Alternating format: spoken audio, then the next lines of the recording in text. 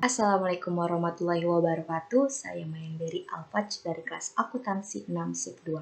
Di sini saya akan menjelaskan materi metodologi penelitian mengenai sistematika usulan penelitian skripsi kuantitatif dan juga skripsi kualitatif. Dalam sistematika usulan penelitian skripsi kuantitatif terdapat yang pertama yaitu latar belakang masalah. Berisi latar belakang masalah, identifikasi masalah, rumusan masalah, dan batasan masalah, tujuan dan manfaat penelitian. Latar belakang masalah merupakan informasi yang tersusun sistematis berkenaan dengan fenomena dan masalah problematik yang menarik untuk diteliti. Dalam hal ini, peneliti harus melakukan analisis masalah. Peneliti harus dapat menunjukkan adanya suatu penyimpangan dan menulis mengapa hal itu perlu diteliti agar peneliti dapat menyusun latar belakang dengan baik. Selanjutnya ada tinjauan pustaka. Berisi uraian teori atau rujukan yang memberikan argumentasi teoritik terhadap konsep-konsep yang menjadi fokus penelitian dan juga hipotesisnya jikalau ada. Selanjutnya, terdapat 5 metode penelitian dalam skripsi kuantitatif. Yang pertama, ada batasan konsep dan definisi operasional variabel, yaitu memberikan tolak ukur atau parameter suatu variabel penelitian diukur. Yang kedua, ada validitas dan reliabilitas instrumen penelitian. Validitas instrumen mempermasalahkan sejauh mana pengukuran tepat dalam mengukur apa yang hendak diukur, sedangkan reliabilitas mempermasalahkan sejauh mana suatu pengukuran dapat dipercaya karena keajekannya. Selanjutnya, yang ketiga, ada teknik pengumpulan data. Itu dengan memberikan penjelasan teknik pengumpulan data yang digunakan. Dan yang keempat, populasi, sampel, dan teknik pengambilan sampel, itu memberikan penjelasan yang menjadi suatu satuan populasi, sampel, jumlah populasi, dan sampel serta teknik pengambilan sampelnya. Yang kelima, ada teknik analisis data, memberikan penjelasan teknik analisis atau uji statistik yang digunakan. Perlu diingat bahwa penggunaan teknik analisis data harus konsisten dengan jenis datanya. Selanjutnya ada sistematika usulan penelitian skripsi kualitatif, hampir sama dengan yang kuantitatif sebelumnya tadi. Latar belakang masalahnya berisi latar belakang masalah, identifikasi masalah, rumusan masalah, dan batasan masalah, tujuan dan manfaat penelitian. Dan selanjutnya ada tinjauan pustaka, berisi uraian teori atau rujukan yang memberikan argumentasi teoritik terhadap konsep yang menjadi fokus penelitian, dan juga memakai hipotesisnya jikalau ada. Selanjutnya, dalam metode penelitian kualitatif terdapat 4 metode. Yang pertama ada batasan konsep dan definisi operasional variabel, itu memberikan tolak ukur atau parameter suatu variabel penelitian diukur. Yang kedua ada teknik pengumpulan data, memberikan penjelasan teknik pengumpulan data yang digunakan, sumber, dan jenis data yang diperlukan. Contoh teknik pengumpulan data ini bisa mulai dari kuesioner, wawancara, atau observasi, uji atau tes dokumentasi. Dan selanjutnya ada penetapan responden dan informan penelitian, memberikan penjelasan yang menjadi dasar penentuan responden dan informan penelitian serta teknik pengambilan sampelnya. Dan selanjutnya ada teknik analisis data, yaitu memberikan penjelasan teknik analisis data yang digunakan. Perlu diingat bahwa penggunaan teknik analisis data harus konsisten dengan jenis datanya. Jelaskan pendekatan yang digunakan dan proses penafsiran dan penyimpulan hasil penelitian. Selanjutnya ada teori, konsep, dan perumusan hipotesis. Yang pertama ada landasan teori, harus diusahakan pustaka terbaru, relevan, dan asli dari jurnal ilmiah. Uraikan dengan jelas kajian pustaka yang menimbulkan gagasan dan mendasari penelitian yang akan dilakukan. Dan juga tinjauan pustaka menguraikan teori, temuan, dan bahan lain yang diperoleh dari acuan yang dijadikan landasan untuk penelitian yang diusulkan. Dan juga uraian tinjauan pustaka menjadi landasan untuk menyusun kerangka atau konsep yang akan digunakan dalam penelitian. Juga tinjauan pustaka harus mengacu pada daftar pustaka. Selanjutnya ada manfaat landasan teori. Yang pertama, untuk memperdalam pengetahuan tentang bidang yang diteliti, mengetahui hasil penelitian yang berhubungan yang sudah pernah dilaksanakan, dan yang ketiga ada untuk memperjelas masalah penelitian. Dan juga selanjutnya ada penulisan sumber catatan. Itu format dasarnya diawali dengan teks dalam kurung nama keluarga pengarang, tahun terbitan, dan juga yang kedua ada format dasar nama pengarang teks terlebih dahulu, baru tahun terbitan. Landasan teori ada dua, yaitu grand teori dan penelitian sebelumnya. Dan ini ada contoh. Kepemimpinan adalah kegiatan mempengaruhi orang lain agar ikut serta dalam mencapai tujuan umum.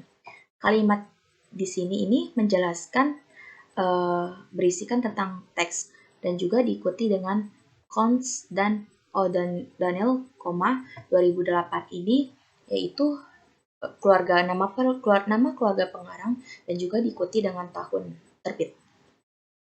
Selanjutnya ada Mayang Sari dalam kurung 2002 menunjukkan bahwa kualitas audit dapat diproksikan dengan spesialisasi industri auditor. Mayang Sari di sini berperan sebagai nama pengarang lalu diikuti dengan tahun terbit. Dan selanjutnya ada paradigma penelitian, merupakan pola pikir yang menunjukkan hubungan antara variabel yang akan diteliti.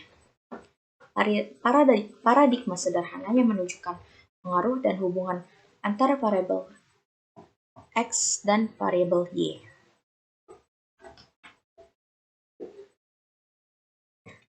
Selanjutnya ada perumusan hipotesis. Hipotesis dapat diartikan sebagai pernyataan statistik tentang parameter populasi. Dalam penelitian, hipotesis diartikan sebagai jawaban sementara terhadap rumusan masalah penelitian. Dan juga ada jenis hipotesis, terdapat dua. Yang pertama ada tanpa arah. Tanpa arah di sini ini maksudnya hanya ada perbedaan tanpa menjelaskan arah hubungan di antara variabel yang diteliti. Contohnya, kualitas audit mempengaruhi kualitas laporan keuangan. Dan yang kedua, ada jenis hipotesis yang berarah. Maksud dari jenis hipotesis yang berarah ini merupakan pernyataan yang menunjukkan arah hubungan atau perbedaan dari dua variabel yang diteliti. Contohnya, ada kualitas audit berpengaruh positif pada kualitas laporan keuangan dan juga kualitas audit berpengaruh negatif pada kualitas laporan keuangan. Terdapat dua variabel, yaitu positif dan negatif. Dan di sini ada gambar dari hipotesis statistik. Contoh gambar dari hipotesis statistik.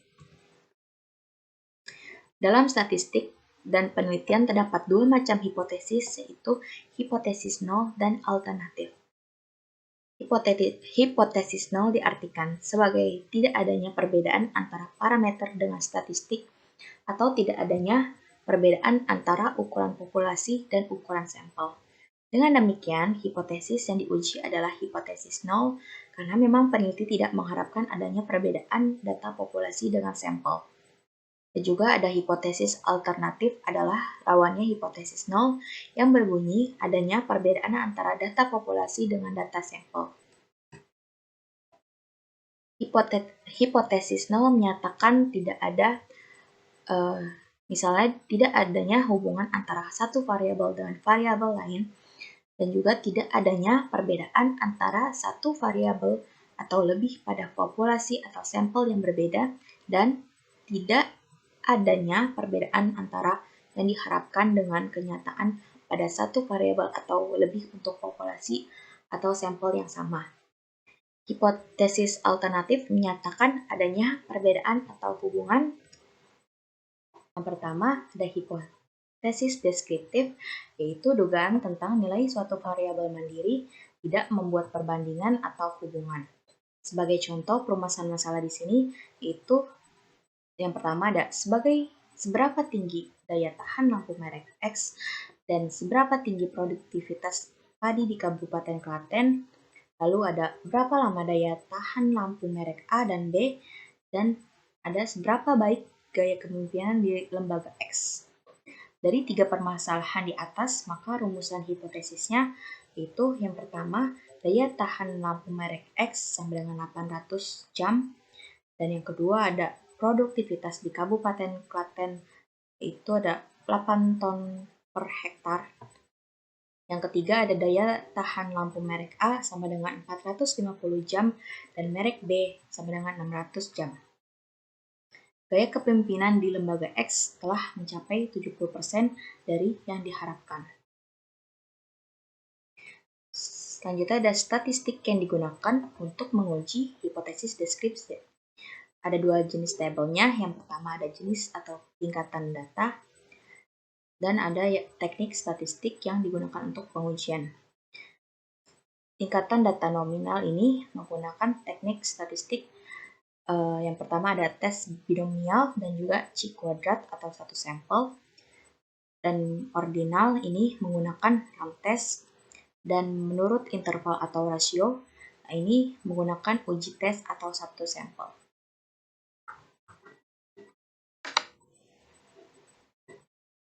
Dan ada hipotesis komparatif adalah pernyataan yang menunjukkan dugaan nilai dalam satu variabel atau lebih pada sampel yang berbeda.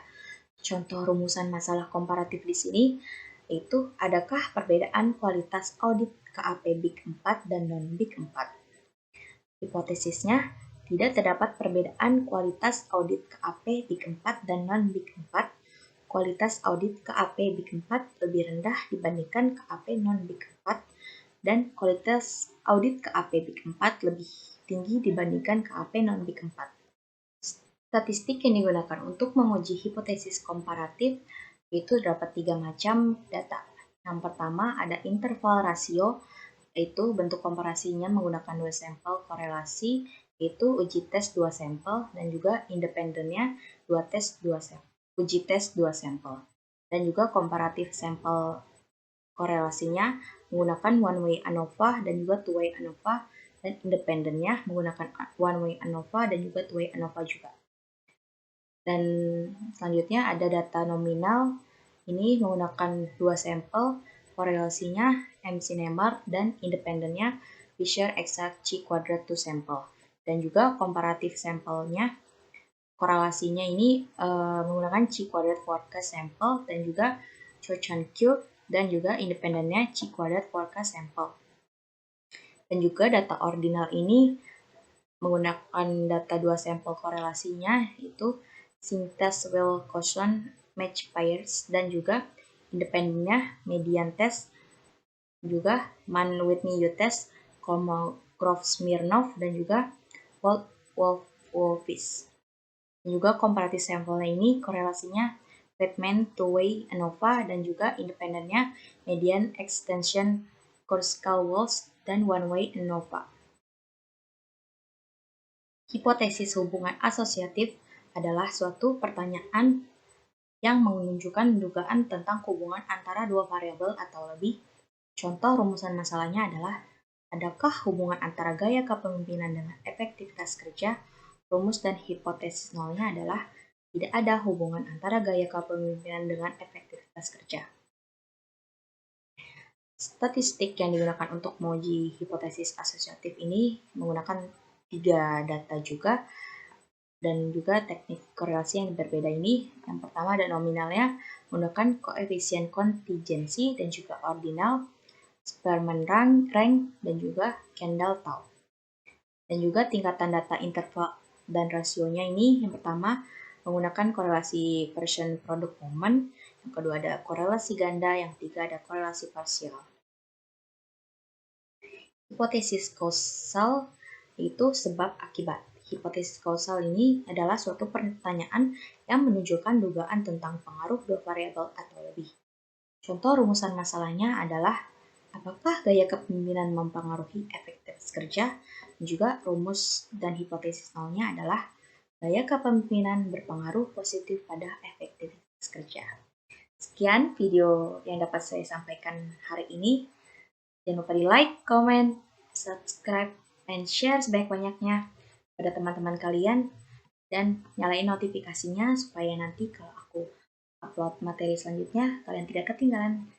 See you di next video, bye-bye. Assalamualaikum warahmatullahi wabarakatuh.